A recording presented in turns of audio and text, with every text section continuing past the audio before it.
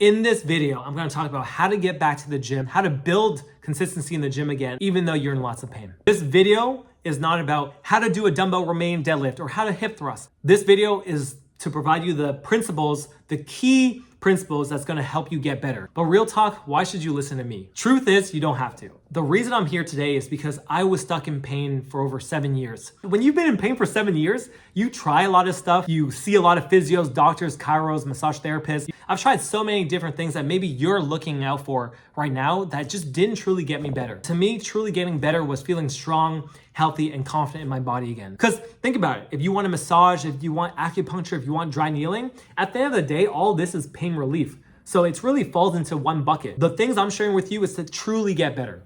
Now, acupuncture, massage, dry needling, all that, it's not a bad thing. If it helps and you're doing it right now and it helps you, keep doing it. But if you notice that that's not the path you want long-term solution, that's what this video is about. A lot of things I did at the time I thought was gonna fix me, make me feel better, but it was all short term. Couple days, couple weeks later, my pain returned and I truly wasn't out of pain. Now that I am out of pain after 7 years, I'm just here to share my story, share my insight, my experience. And as someone who works as a physiotherapist and also graduated with an exercise science degree where I learned about anatomy, biomechanics, human movement, injury rehab, fitness, and all that, I blend it all together to just give it all to you for free. That is the intention. Just from my experience, exercise is like one speck of the recovery continuum. Not even continuum, just like the big picture principles. There's things like pain versus sensitivity, flare-ups, how to deal with flare-ups, how to monitor your pain response. What's your pain even mean? How do you progress or pull back your exercise if your pain's getting worse? These are the things I'm going to talk about in the video, because when we understand how we can get in tune with our body, what the pain means, like our personal pain experience, we can adapt our exercises, our approach, etc., to make sure that we're healing and trending in the right direction of our healing. If you want to just jump through different parts of the video, the thumbnails are there in the description, or sorry, not thumbnail, the captions and timestamps are all there, so you can skip through things that are more relevant to you. If you have the time, I do recommend you watching the entire video because it all plays a role together. But again, I respect your time, so anything that you watch, totally cool with me. Let's get into it, baby.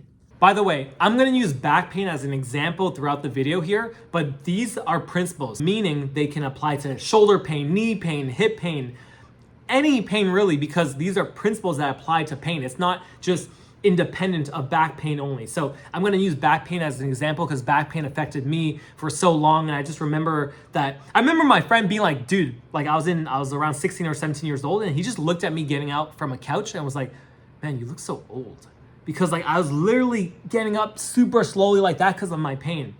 I'll share all my stories for another time if you're interested. Let's get into it, baby. If you're worried about making your pain worse, we need to understand some basics of pain science. Pain science is literally the study of pain that helps us understand what is okay pain versus pain that we do gotta chill out on, or else we're just gonna make things worse. For now, key thing we would need to know is there's pain and there's sensitivity. What that means essentially is the longer you've experienced pain, the more sensitive your body can be. At first, when you first injure yourself, a certain movement is not gonna be painful. But the more and longer you're in pain, that movement, even the slightest bend of your low back or extension of your low back, can shoot out crazy amounts of pain.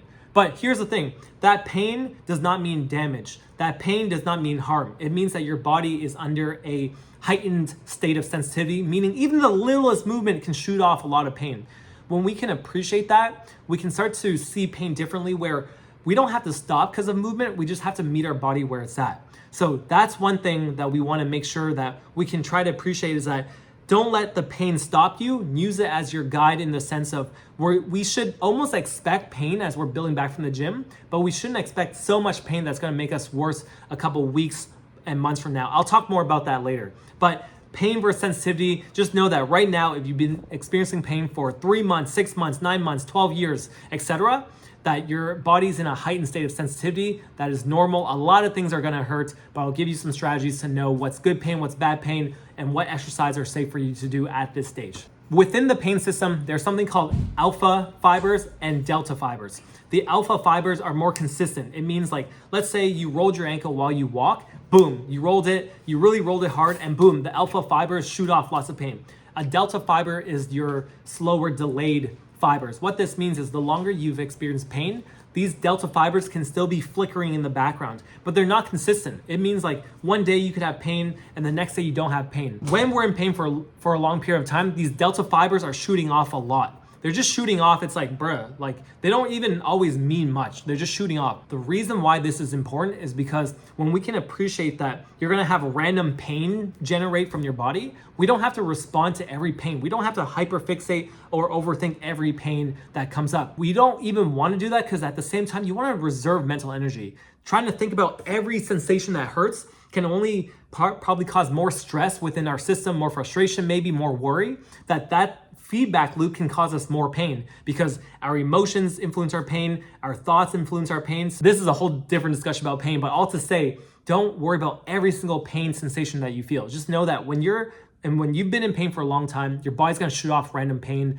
I'll show you exactly what you need to focus on. We don't wanna worry about every single pain experience. Before I go into all the gym stuff, there's an expectation that we wanna set. It might sound counterproductive, but expect flare-ups. Flare-ups are normal part of the journey.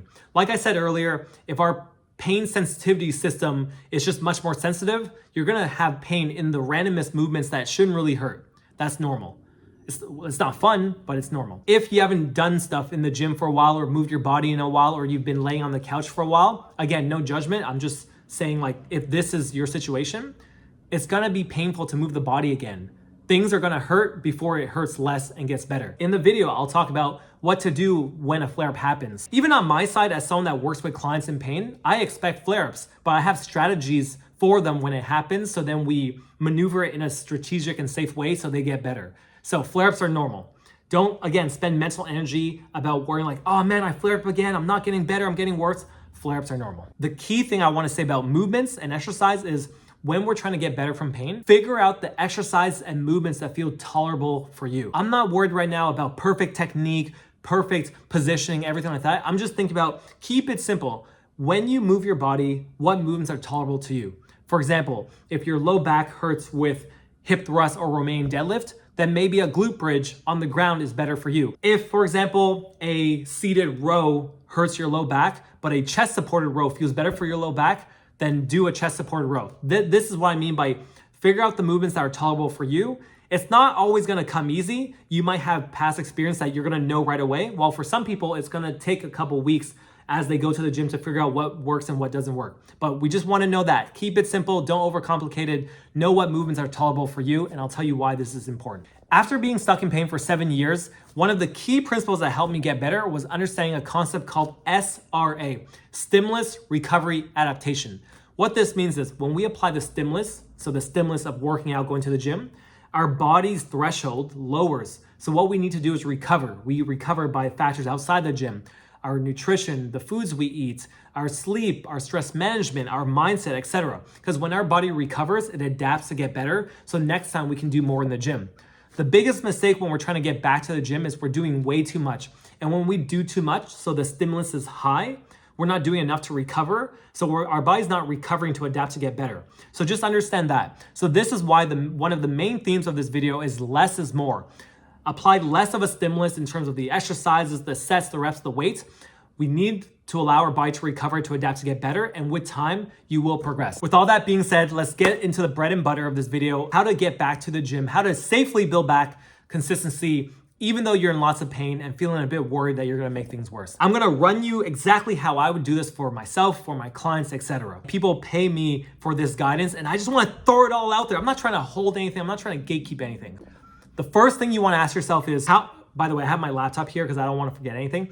How many days a week can you realistically go to the gym? Right now, within your schedule, your work schedule, time with your partner, time with your friends, alone time that maybe there's things you enjoy doing like playing games or guitar, drawing, anything that you're doing, how many days a week can you realistically go to the gym right now? Twice a week, 4 times a week, 7 times a week. If you think you can go to the gym 7 times a week, I highly recommend you to go 2 to 3 times a week to start. Less is more. What we actually want to do is anything that we're doing right now, we almost want to think like, man, this is easy and I feel like I can do more. That's what we want. We want the mentality to say, hey, I actually feel like I can do more. So then over the course of weeks and months, we're actually progressing. We're not getting worse. 2 to 3 times a week is how much I recommend to start. But that's a question you got to ask yourself. How many days a week can you realistically go to the gym? Because if If for you it's twice a week, stick with twice a week. It's not about comparing yourself to someone else. Like, my friend goes 7 times a week or 5 times a week, so like I feel bad I can't go. My brother, my sister, twice a week, if that's realistic, stick with that. This is your journey. This is your recovery journey. Nothing else matters. We got to cut out the noise. So if twice a week is realistic, do that. How much time do you realistically have to go to the gym? Realistically have? Is it 30 minutes, 45 minutes, an hour and a half, 2 hours? Again, everyone's different. Everyone has different responsibilities. If your work schedule is hella busy, 9 to 5, you gotta take care of your parents, you gotta spend time with your partner, you gotta eat food and sleep. You're not a 17-year-old kid that has all the time in the world to gym. So how much time do you realistically have to go to the gym? The reason why this is important is because if you have 30 minutes versus 90 minutes, what we do in 90 minutes and 30 minutes is gonna be drastically different. So if you only have 30 minutes, what we do in the 30 minutes has to be the key like needle movers for you to get better. So if something about your low back is hurting and all you're doing is like a set of lateral raises for your shoulders and you're not getting better, it's like, bro, we gotta do something for your low back as well as your whole body to get better, not just focus on dumbbell lateral raises. For example, you have 30 minutes, then we probably wanna combine some elements of the warm up with the main working set so that you can do the key movements that's gonna help your back pain get better. But if you have 90 minutes, maybe we have more time to do like a general warm up on the bike for 5 to 10 minutes or the treadmill. Then we have a specific warm up for your body. Like if your hips are tight, we do something like hip circles or glute bridges. But then when you work out, you have a lift specific warm up. So for example, if we're doing bench or we're doing Romanian deadlifts, then you use the movement as a warm up as well. But again, that's if we have time. If we don't have time, we got to combine elements to make it efficient and safe for you. That is why we need to know exactly how much time you think you have available for the gym. So then we know how many times a week we can go and how much time we have to go. Because once we know that, the exercises are gonna fall in there. So I mentioned it in that example, but again, that is part of the step to get better, which is your warm up. We wanna do a general warm up, like biking or walking 5 to 10 minutes, just to get the blood flowing, the oxygen moving, and you feeling good. Especially if you've been sitting for a long day after work, or you're just getting up first thing in the morning and your body's achy and sore. Getting your body moving is just gonna help. I recommend walking if like everything is just tight, but if you feel like just your knees or your back is tight, then even sometimes biking is enough. There is a level of trial and error where we have to try it for a couple days to weeks, knowing how your body responds to know if that's good for you, or we have to adjust it accordingly. But yeah, so general warm-up and then specific warm-up. A specific warm-up targets the specific joint and surrounding muscles of the area. So if you want a specific warm for your hips, because you can tell like a hip tight is influencing your back pain, then we do something like hip circles, where you're on all four and you're moving your hip in circles, external rotation, internal rotation, so it opens it up. And then from there, we do a lift specific warm-up. So if you're doing a bench press or you're doing a Romanian deadlift, perhaps you use less weight and then you build up the weight towards your working set. All of this specifics I can talk about in another video, but it's all to say there's a general, specific joint muscle and specific lift type of warm-up. So keep that in mind. If you only have 30 minutes, then we probably combine elements of the warm-up together. You have 90 minutes, we can separate it and you can do it in a way that works for you. What exercises do I do? Like I mentioned, this video is not about showing you all the different exercises to do. It's about meeting you where you're at, and there is gonna be an element of you self-reflecting on your own journey. Because you used to go to the gym, you probably played around with the gym and exercises that felt good versus made you worse. And now hopefully by providing you more context, you can use that feedback to create your own plan right here. So with the exercises, we wanna do the movements that you can tolerate. So when you go to the gym and you do it, it feels good, it's not making your pain worse, and overall, you do see some type of benefit from it. With the exercises, we wanna do 2 sets of 8 to 10 reps. The key here is to make sure that you're doing less than you think you need to do. This is gonna sound counterproductive, but we wanna leave the gym feeling like, man, did I even do enough? Like, I should have done more. And you might even feel bad that you didn't do more. That is okay. That is the intention. I want us to feel like we didn't do enough in the sense where, so we can build up over time. Versus, which is a common mistake, is we do so much at once, or we're feeling motivated, we're feeling good, that we're just in the gym, so we do too much. And then either the night or the next day, or a couple days, everything just feels worse. You feel more achy, more sore, and then you feel discouraged that you're worse. So the key right now, just the next couple weeks, get your body used to the movements again. Used to pushing movements, pulling movements, squats, hinges, etc. Again, find the movements that feel good for you and start there. Please Trust me on this. As someone who's been stuck for over 7 years, I remember what it's like to be stuck in that cycle of pain. Is less is more. Less is more is the name of the game right now. So within the exercises, there's factors like sets, reps, and weight, and rest time. So what do you do about those? Okay, so the sets is 2. The reps is 8 to 10. The rest time, rest 1 to 1.5 minutes in between sets. I don't usually say this, but if you need to, scroll on your phone, doom scroll, like get distracted for a bit, but let your body rest. Too often, sometimes people feel like they gotta shorten their rest to increase their heart rate, to like sweat, and like that is an indicator of a good solid workout or recovery, but it's not. If you rush your sets, you do the movements too fast, and essentially you're not resting enough, your body can get worse that way too. So just give yourself rest. It could be boring. You're like, why am I standing here? I'm just fiddling my thumbs. That's just part of the process. So give yourself rest. Intensity in this context is, I'm gonna use reps in reserve. So reps in the tank. What that means is, if you're gonna do an exercise for sets of 8 to 10 reps, at that 8 to 10th rep, let's say you hit 10 reps, I want you to feel like at the 10th rep, you could do 4 to 5 more reps, but you don't. You might be thinking like, dude, what's the point? Like, what's the point of going to the gym if I feel like I can do more, but I don't? Because at this stage, we need to meet our body where it's at. We need to meet our pain where it's at. If we're doing too much too soon, I know in the moment it might be okay, you feel tolerable, but pain can respond worse later. And I'll talk about that later in the 24-hour pain monitoring response system that I use with my clients and for myself. So we want to do less. I don't want you to feel like at the 10th rep, it's failure, that you're grinding out your last rep and that it's all you can do.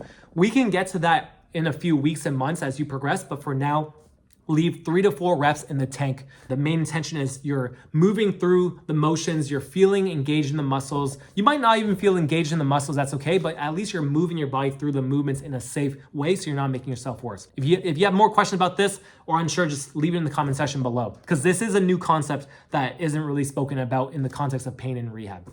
All right, exercises. 3 to maybe 5 exercises total. One of the biggest mistakes that people do when they get back to the gym is just too many exercises in one workout. It's okay to do less because the intention is to build up over time. So 3 to 4 reps total. The exception might be something like a calf raise if you just know a calf raise doesn't make you worse. For example, maybe one workout, if you're having low back pain, is you do hip thrusts, seated row, seated shoulder press, and like a chest press. And then if you know a calf raise isn't gonna hurt you, then implement a calf raise. But if you're just doing too many exercises that can target your low back, like a seated row or a chest support row or something like that, if you do another exercise that puts tension on your low back, that can tip the scales to make you worse. So 3 to 4 exercises total within the time that you have to gym.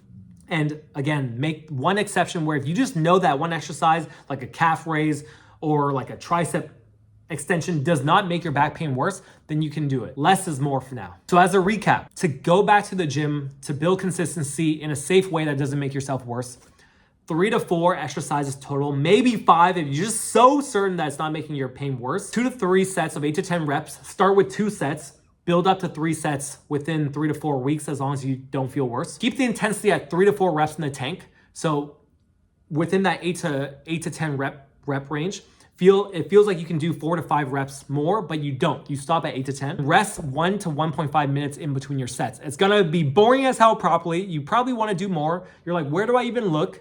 Like, is someone staring at me? That's just the nature of the game.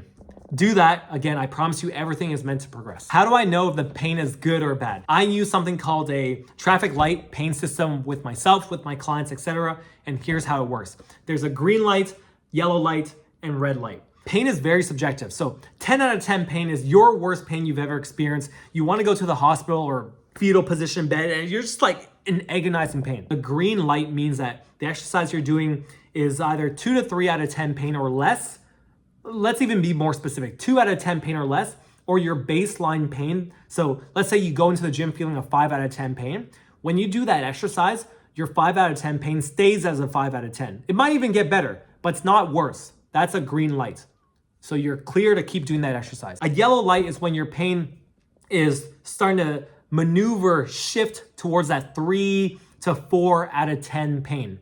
So now you can kind of tell, like, as you're doing it, like it's a bit more, your back is a bit more sore, achy. It's not like enough to make you stop, but you can tell it's making your pain increase to a 3 or 4 out of 10. When it's a yellow light exercise, move with caution. Red light, maybe it's self-explanatory, 5+ out of 10 pain. You're experiencing sharp pains, you're overcompensating your movement, you're kind of adjusting your body way too much because you're trying to not feel pain, but it's just very sharp pain, and your baseline pain is getting worse. If you're feeling this 5+ out of 10 pain, stop the exercises. It's not worth it. We want to adjust your exercise, adjust the plan accordingly so you can move forward with more of the green and yellow light type of exercises. We don't want to move forward with red light exercises unless you're guided by a health professional and all that, but put that aside for now. It's okay to move forward with the green and yellow exercises, but there's a caveat. Too many yellow light exercises in one workout, let's say all 4 of your exercises is yellow light exercises and there's no green ones, that can tip the scales and make your pain worse, because pain can get worse by doing too much like together in a volume manner. So maybe one exercise of a yellow wasn't enough to make your pain worse, but too many of them can make it worse. So that's something we want to keep in mind. I recommend like 2 to 3 exercises that are green light for you and maybe 1 or 2 exercises that are yellow for you moving forward to make sure that you're building back consistency and not making your back worse. So in using that traffic light pain system, that's how we know if the pain is good or bad. It's not so much about good or bad, it's just understanding what the pain means so we can use that as a guide to help move us forward. The 24-hour pain response. This is overlooked. What this means is pain doesn't just respond in the moment, it can respond 24 hours later. And the better we can analyze and observe this, the better we can use it as feedback to make the necessary adjustments in our gym plan to heal and get better. Here's what I mean. Let's say you have an amazing workout and you're like, yo, I feel so good. And the next day you just feel wrecked. You feel wrecked, your pain is worse, it's more sharp, you're limping down the stairs, you're walking with a gangster limp, and just you can tell I feel worse. This lets us know, I just wanna say again, flare-ups are normal. You didn't make yourself worse in terms of more tissue damage. Your body is just in a heightened state of sensitivity. So when something can flare up, it can really flare up. But by knowing how your body responded, next time we go to the gym, we do less sets, less reps, less exercise, etc. You don't have to lessen everything, but you can lessen like one variable at a time. So for example, let's say you did 5 exercises, maybe next time we do 4. If you did a weight that you were like, you know what, this was pushing it, then lower the weight. So you can choose 1 or 2 variables to adjust to then try it again. And if you notice 24 hours later, your body doesn't feel as wrecked, it actually feels better. Getting more awareness about how our pain and body responds within 24 hours of our workout is going to be key, because over time, when you do this right, when you do your gym plan correctly, your training, your recovery, etc., what you can expect is that you're actually feeling better as you wake up the next day. Your walking is more fluid, your movements feel more free, your gym progress like strength, mobility, lifting technique is better. So these are the things that we want to see like when we zoom out over time. If everything's just downhill, it's like, bro, come on. Like, we do got to make an adjustment. But yeah, so look out for that 24-hour response. You do the workout, see how your body feels after. If you feel good, cool, stick with it. If you don't, adjust the plan accordingly. You might be thinking, am I going to have to do this forever? Am I going to have to like be aware of all of this and I'm going to have to go at this slow pace forever? The answer is no. The more you do this and the better you get at being more aware of your own body and what your pain means, the better we get at that, the more injury risk reducing you'll be, because you just know what pain means and you'll be able to adjust on the fly accordingly. You're not going to have to do this forever. You're not going to have to train so slow forever. It's just meeting your body where it's at now. But then the intention is to progress over time. I've been in pain for over 7 years. I've lost progress. It put me in a depression. I like looked at myself in the mirror and I just didn't recognize myself. I didn't want to do that forever. And now that I'm stronger, I'm healthier, I'm feeling better, I can promise you that you don't have to do it forever as well. The key is to progress. I'm not someone that even would want you to stay plateaued or stagnant. So if you're like me, you want to progress, we're not going to have to do this forever. The intention right now is to build consistency and build back the habit of the gym. Don't try to do everything at once. You don't have to try to progress everything at once. Just for now, focus on building that consistency, monitoring your pain levels, making sure you're feeling good in different ways, and that's the key. How do I know when to progress? There's different ways you can measure progression. It can be through factors like your pain levels. Is it decreasing or decreasing? Is it movement? Does your movement feel better, or does it still feel stiff and tight? Mobility, do you feel more opened up, or do you still feel restricted in certain areas like your shoulder, your hip, your low back? And strength, Are you getting stronger from week 1 versus week 6 or week 7, etc.? When I measure progress, it's not about just the day-to-day progress. It's about the overarching week, like week 1 to week 2, even week 1 to week 10, etc. Don't worry so much about the day-to-day, because making day-to-day progress is not realistic, and it's probably going to stress you out. Because if one day you're feeling amazing, and again, because long-term pain is very sporadic sometimes, and you might have a flare-up, you might think, man, did I just backtrack all my progress and I got worse? It's like, no, you didn't. That's just the reality of pain. Sometimes it's literally like this. Like, pain is like this. But the idea over time is we can stabilize the pain where it's less of like a crazy up and down, and it's more like just a subtle this. But then over time, you're actually progressing. Like, you're getting stronger, your mobility is improved, your pain is less, your movement feels better, you feel more confident in yourself, you feel more confident in the plan and the process. Stick with the current plan for 2 to 3 weeks, making sure that those variables I mentioned, like pain, strength, etc., are improving, and then give your body time to adapt and adjust. That is why it's not about day to day or even week to week. It's run it through for 2 to 3 weeks, and as you're getting better, then maybe up the weight or up the sets or up the rep. But you just do it one variable at a time. Don't try to change everything all at once. On the flip side, if a movement is clearly making you worse, or you can just tell that you've been consistent for 2 to 3 weeks and something's just not feeling right, your pain's not getting better, you're limping outside the gym, you're still walking like a gangster, that even though you're not trying to walk like a gangster, you know, that like swaggy limp, or like something just doesn't feel right, I just want to say something. You're not moving backwards. You might be thinking like, what you mean I'm not moving backwards? I'm not getting better. Bro, real talk, the fact that you're even working on yourself, give yourself kudos. Empower your mind to show you that you're working towards yourself. Don't bring yourself down is all I'm trying to say. So to me, and this is what I remind my clients, they're not going backwards when you have a flare-up. Flare-ups is helpful feedback from the body and data to adjust and make adjustments to the plan. If something's not feeling right, just try to look at it objectively. What do I need to change? And make that change, and then continue giving your body time to adapt and adjust. Full transparency, this video, as specific as I want to get, it's still going to be general in nature, because I'm not speaking to you like one-on-one directly. With my clients, I plan out their rehab, I plan out their fitness training, I plan out their sets, the reps, the progression, the regression, how to adjust if their pain's getting better, how to adjust when their pain's getting worse. So if, as you're watching this video, you're like, you know what, dude, like this is a lot and I just want one-on-one guidance, then put a comment section below and say something like, dude, I don't even know, like, I want to work with you. The intention of this video is so you don't have to spend money on like physios or chiros or doctors that aren't helping you. But at the same time, if you want specific guidance, a specific roadmap and blueprint, which is gonna cost money, but you're like, you know what, I'd rather just that personalized guidance and plan, so I know exactly what to do without the guesswork, then comment below that you wanna work together or interested in working together, and I'll message you directly and we can see if we're the right fit for each other. All right? But yeah, let's get back to the video. The reality is, and you already know this, recovery isn't just what you do in the gym. It's also about what you do outside the gym. Lifestyle factors, those things. I know it might be boring, and you might not want to hear it, but for me to get better, it wasn't just what I did in the gym. It's what I did outside the gym. The way I ate. So did I eat enough calories and protein to fuel my body for recovery? Did I sleep enough? Because let's be real, man.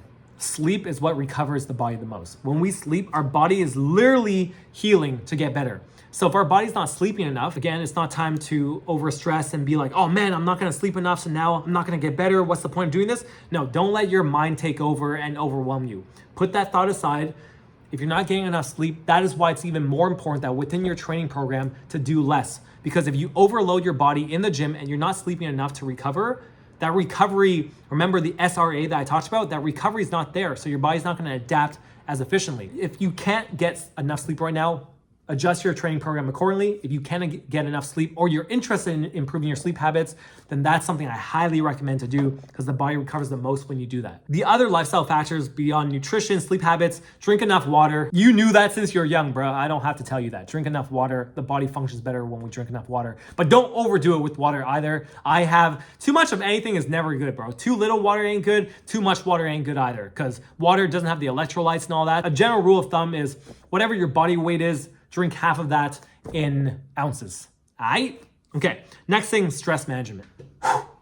Stress management, man. How would you describe your stress management techniques? When you're stressed out from work, from life, from your pain, maybe your partner, no shot at your partner. If things are making you stressed out in life, maybe traffic, how do you respond to that? Do you feel like there's this inner turmoil that you can't control and that everything just blows up? And then from getting stressed, your pain gets worse? Because there is a connection between stress and pain. The better we can control our inner peace, and like when we're stressful, we kind of really regulate our nervous system to calm down the stress system as soon as we can. That is going to help your pain too. That's just a question I want to put out there. How would you describe your stress management? Do you have techniques? Do you feel confident with it? Would you describe yourself as someone that is striving for inner peace? Because if you are, you're probably doing the right things. But if you haven't ever considered stress management techniques, that's something we do want to do and keep in mind to help with your pain as well. If you're interested, I can always make a future video about this. Last thing in terms of lifestyle factors, just general movement. We talked about the stuff in the gym, but there's things you can do outside the gym too. So if you're working at 9 to 5 or however you work, find ways to just get some movement through in your body. Whether that's like if you're a nurse and you're standing at the nursing station, maybe do some leg swings, gentle leg swings, just to get some movement through your hip. If you're working at home 9 to 5, maybe every now and then, just up and down body weight squats. Find ways to just move your body, or cat-cows, or rotations, 5 to 6 reps, 5 to 10 reps of simple, gentle movements that just get your body moving more. Motion is lotion. It's going to help your body recover, and it's going to help with the stiffness and reducing the sensitivity. That's one of the keys, because if your body's just been so used to like less movement, being tight, things are just going to hurt. Things are going to be stiff. Things are going to be sensitive. So these little movements along the way throughout the day, it's just going to add up so well. So keep that in mind. Mindset matters. I didn't think about mindset when I was first in pain. I didn't even know mindset was part of recovery, but I realized that it plays such a huge role. And to me, how it played a role in my life is, again, back then, I didn't know how to manage my stress. I didn't know how to manage my emotions. So when I was frustrated or sad or depressed or like just overwhelmed, like I just felt this internal stress inside my body that I didn't know how to manage. And then I'll think the worst. Am I ever gonna walk normally again? How am I gonna find a job? And just my whole body just felt worse. Now I've come to appreciate the power of your mindset in so many different ways. It can empower you. It can improve your pain. It can just do so much. As time goes by, we're going to be working on ourselves, right? So is our mindset, the way we think, the way we talk to ourselves, etc., is it going to empower us to be better and feel better about ourselves, or is it bringing us down? Because if time's going to go by regardless, why not use your mindset to your advantage? Talk good about yourself. Be kind to yourself. Don't bring yourself down. Remove negative self-talk. Incorporate more empowering self-talk. Like instead of, man, am I ever going to get better? Say something like, man, am I ever going to get better? Yes, I will. I might not know when I'm going to get better, but I trust I will get better. I just know it. I trust the work that I put in is going to get better. Everyone's going to have their own ways to do self-talk, but use it in a way that can empower you. With your mindset, I can deep dive this into another time if you want me to, but empowering self-talk so you empower yourself so you feel good from the inside out, because that is going to help with your pain recovery. No doubt about that. The other two things about mindset, which I talked about, is managing your expectations. Less is more at this stage. Doing less at this stage, even though it's boring, you might think to yourself, is this even worth it? Am I doing anything? Yes, it's worth it, because the intention is that it's like a staircase. Over time, we will do more. But for now, less is more. Your body's gonna love you for it. If you leave the gym feeling like, man, did I even do enough? That's perfect. Because I'd rather you be able to progress yourself than you do so much that you're just feeling worse about yourself. So less is more. But the intention is always to progress. The other thing, expect flare-ups. With everything I shared in this video, use pain as your guide. Don't hyperfixate on anything. No need to at this stage. Like, don't hyperfixate on posture, the pain. Zoom out overarching weekly average. Is the pain getting better? Is the movement getting better, etc.? That's all we're looking for. So expect flare-ups, but use pain as your guide and adjust accordingly based off the pain traffic light system and 24-hour response and the other concepts I talked about in the video so far. And last but not least, this might be the most important thing of it all, is you are not your thoughts or your feelings. If you feel lazy, if you feel like a bum, if you feel like, man, am I even doing anything with my life because you're in pain right now? You are not your thoughts. The fact that you're even watching this video and working on yourself right now just shows the type of person you are. That is who you are. You're someone that cares to get better. You're someone that cares about improving their health, that want to get better. You know how many people out there that's probably in pain and just doing nothing about it, that they're with their partner in their room and the partner so badly wants to see them better and they've just given up on themselves, or they're like, babe, this is just the way I am. You're not like that. You're actively working on yourself to get better. Remember that. That is who you are. Feeling like a bum is not you. You can feel like a bum, but that doesn't mean you are. So the core of who you are and feeling like a bum, that's not the core of who you are. That's just a feeling. But over time, we want to reframe that feeling as well. Like instead of feeling like a bum, saying, hey, I'm proud of myself because I'm working on myself. How you think, feel, and act, is it empowering you or is it bringing yourself down? I'll tell you right now, the journey is so much harder if our mind is working against us versus working with us. Empower yourself on this journey. I am here for you. In summary, meet your body where it's at. Monitor what your body's telling you. Adapt accordingly. Stick with it even though it's boring, it sucks, it feels like I'm not doing anything. Like genuinely stick with it. Please stick with it. If you want accountability, give me the start date of when you decide to start your journey of rehabbing and fitness, and I'm gonna hold you accountable to it. I'm gonna check in on you. I promise you that. So leave the date below. Like I wanna see you win so bad with your mind, with your body, with your health. Stick with it, please. It's worth it at the end of the day. As someone who's been stuck in pain for over 7 years, I've come out the other side. Some people, like even my clients tell me like, I would have never thought you were someone that were in pain. Like you don't look like someone that was stuck in pain, but I was. And now that I'm out, that's why I'm sharing this with you. So yeah, please stick with it. Embrace the uncertainty of the journey at times. Remember the gym factors, the lifestyle factors, and most importantly, your mindset matters. Whether you watch the entire video or you skip to the ending here, I just wanna say thank you so much for taking the time to want to improve on yourself. I think that's so cool and amazing. And the fact that somehow we stumbled upon each other like this, I just feel like the universe is looking out for each other to connect one soul to the other. I hope this video serves you in some way, shape, or form, that it guides you in the direction that you need so you get out of pain and back into the gym safely and consistently. And honestly, just building back the mind body that you feel inside, that you truly know that's who you are. Maybe that's strength, maybe that's health, maybe it's just feeling more confident from the inside out. Whatever your reason is for going back to the gym, I truly hope this video serves you. Sorry, before I go, one last thing. If anything I said throughout this video that you want me to talk more about or share more about, whether that's my personal story, how mindset plays a role in recovery, anything like that, that you feel like, hey, you know what? I kind of want to hear more about that. Let me know in the comment section below as well. I just imagine us as a close-knit community, and I truly want to grow together. Out of pain, stronger, healthier, more confident, but not just superficial confidence, like confidence, true confidence from the inside out. I hope that's like, with time, we all build a community together through this, and we just see each other grow. I think that's so cool to be able to connect, empower, and support each other on our like unique journeys. Because we're all on our own unique journey. If you want extra accountability, put the date that you're planning to start your rehab and fitness journey again, and I'll check in on you. Until next time, take care.